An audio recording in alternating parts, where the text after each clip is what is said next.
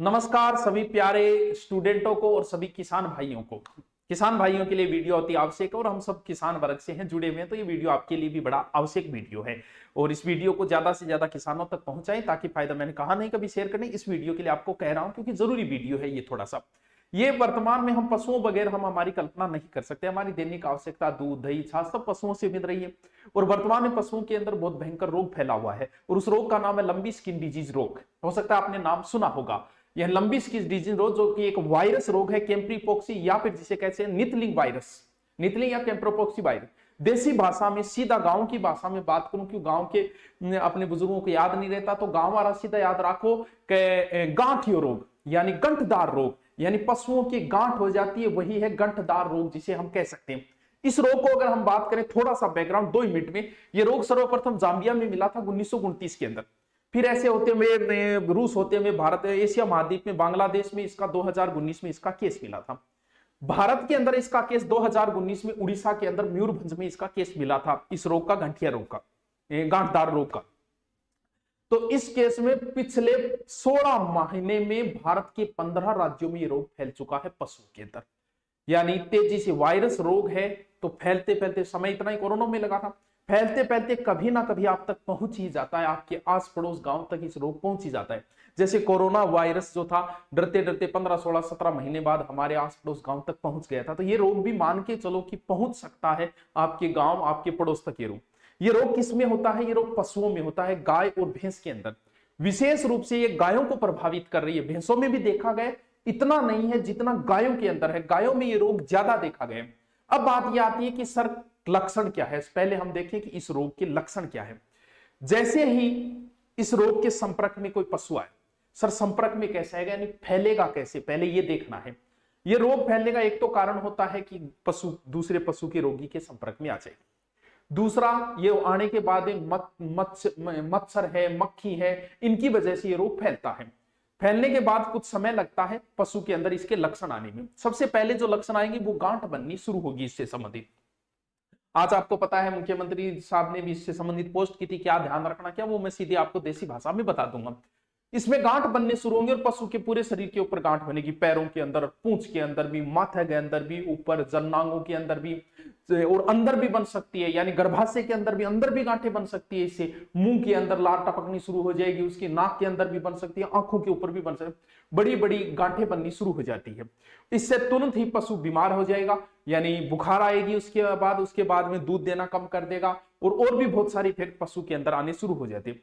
अब बात करें मृत्यु दर, तो है कम इसकी, 10% से नीचे ही है। जिस रोग होता है 10% से नीचे पशु मृत्यु दर है इसकी। दूसरी सबसे अच्छी बात यह कि ये पशुओं से मानवों में नहीं फैल रहा है। आपके अगर पशु किसी के हो गए तो डरने की जरूरत नहीं है, मानव के अंदर ये रोग नहीं फैला। फिर भी हमें भी सावधानी रखनी चाहिए, लेकिन नहीं फैल रहा है, ये सबसे अच्छी बात है इस रोग की। अब हम बात करते हैं कि इस रोग की पहचान आपको बता दी, गांठें बनेगी बड़ी बड़ी, इसके बाद में वो गांठें बड़ी होगी, फिर कुछ गांठें फूट के घाव हो जाएंगे और घाव के बाद रस्सी टपकनी शुरू हो जाती है, कुछ गांठें झड़ना शुरू हो जाती हैं। अगर इम्यूनिटी अच्छी है और तो पशु धीरे धीरे सही भी हो जाता है, लेकिन पशु में बहुत सारे प्रभावित आएंगे। हो सकता है उसमें जनन क्षमता न रहे, या पशु गर्भाशय गए तो गर्भपात भी पशु का हो सकता है। तो इस प्रकार के कुछ लक्षण, अल्सर भी बन सकता है। अब हम बात करें कि अगर पशु के हो गया तो हम क्या करें सर। पहली बात, वही सावधानियां रखनी पड़ेगी जो कोरोना के अंदर मानव को, क्योंकि ये एक वायरस रोग है। वायरस रोग कभी समाप्त नहीं होते। जैसे कोरोना एक वायरस रोग है, पोलियो वायरस रोग है, HIV वायरस रोग है, तो रेबीज है, ये रोग जो है वो कभी समाप्त नहीं होते। तो वायरस रोग कभी समाप्त नहीं होता, इनका कभी उपचार भी नहीं आता, इनका बचाव ही इनका उपचार होता है। जब पशु के हो जाए तो हमें डॉक्टर ट्रीटमेंट लेना है, वो डॉक्टर दवाइयां देगा, उनकी हम चर्चा न करके हम देसी इलाजों की चर्चा करेंगे इनके अंदर। जैसे ही पशु के अंदर हुआ, सबसे पहले तो पशु को क्वारंटाइन करो। यानी अगर आपके पास 10 गायें हैं, 10 भैंसे हैं या और पशु है, जिसके हो गया उस पशु को अलग किया जाए, उसका खाने पीने बर्तन सारे ही अलग रखे जाए। दूसरी बात, ये रोग मच्छरों द्वारा या मक्खियों द्वारा फैल रहा है। अब किसान भाइयों को बताने की जरूरत नहीं है कि मच्छर को कैसे भगाया जाए, मक्खियों को कैसे भगाया जाए, क्योंकि या तो धुआं कर दो या फिर वहां नीम जला दो, या नीम जलाने, ये कपूर वगैरह का बताया वो भी आप कर सकते हो। इससे आपके मच्छर, क्योंकि मच्छरों द्वारा ये एक पशु से दूसरे दूसरी बात, हम हमारे क्या होता है गांव के अंदर एक ही खेड़ होती है, पशु सारे वहीं जाते हैं। कुछ दिन उस चीज का भी थोड़ा सा आप ध्यान रखें। पशु कई साथ में गांव के चरने जा रहे तो वहां भी थोड़ा सा ध्यान रखें, क्योंकि किसान वर्ग के लिए एक संपत्ति का प्रतीक माना जाता है पशु। और बहुत बड़ी भी आजकल पैसे भी बहुत लगते हैं, भैंस लाएं, गाय लाएं, ऊंट लाएं। तो अब देखिए पहचान आपको बता दी गई है। अब गांठ बननी शुरू हुई तो कई बार ऐसा होता है कि जैसे पिछली बार कोरोना में किसी को खांसी आ रही, टेंशन नहीं आ रहा, आपने खांसी है को नहीं है, घटी कोरोना रही एक नॉर्मल है। कई बार पशु में ऐसे भी गांठ हो सकती है। पहचान सीधी सी है, आपके गांव में किसी के ये हुआ और उसके बाद में किसी पशु के हो रहा है तो कंफर्म मान लेना आपके गांव में ये रोग आ चुका है पशु के अंदर। अब बचाव एक से दूसरे के हो रहा है तो मतलब कंफर्म आ चुका है। पहचान सीधी सी है, अब इसकी कोई जांच थोड़ी कराओगे। अब बात करने की इसका इलाज क्या है। किसी भी वायरस रोग का इलाज ओनली फॉर इम्यूनिटी पावर होता है। जैसे कोरोना का क्या था, इम्यूनिटी पावर, हम लोग इम्यूनिटी की चीजें खा रहे थे तो वही इम्यूनिटी पावर। अब बात है कि पशुओं की इम्यूनिटी कैसे बढ़ाई जाए। पशुओं की इम्यूनिटी पावर ही जरूरी है। पहली बात सबसे अच्छा, अगर पशु के अंदर हुआ है तो सबसे पहले क्या करना है, एक तो आप क्योंकि ये एक त्वचा का रोग है जिसके अंदर पशु की खुजली आना, ये चीजें होगी, ये एक स्किन डिजीज रोग कह सकते हैं हम इसे।